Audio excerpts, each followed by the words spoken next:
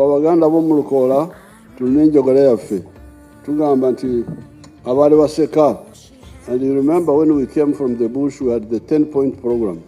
And point number 5 was talking of building an economy which is independent, integrated, and self-sustaining.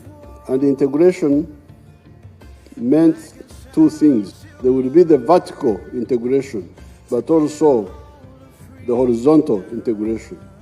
So what has happened here is some partial vertical integration, where you have the imported steel using our skilled labor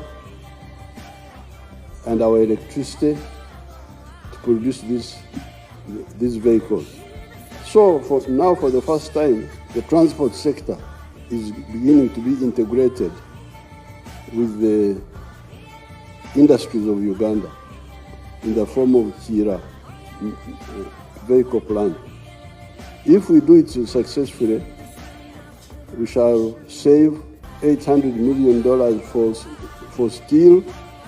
So I want to congratulate the Makerere University, then I want to congratulate Kiira Motors, and I want to congratulate the National Enterprise Corporation, because you are all now showing that you can do it and you have the capacity.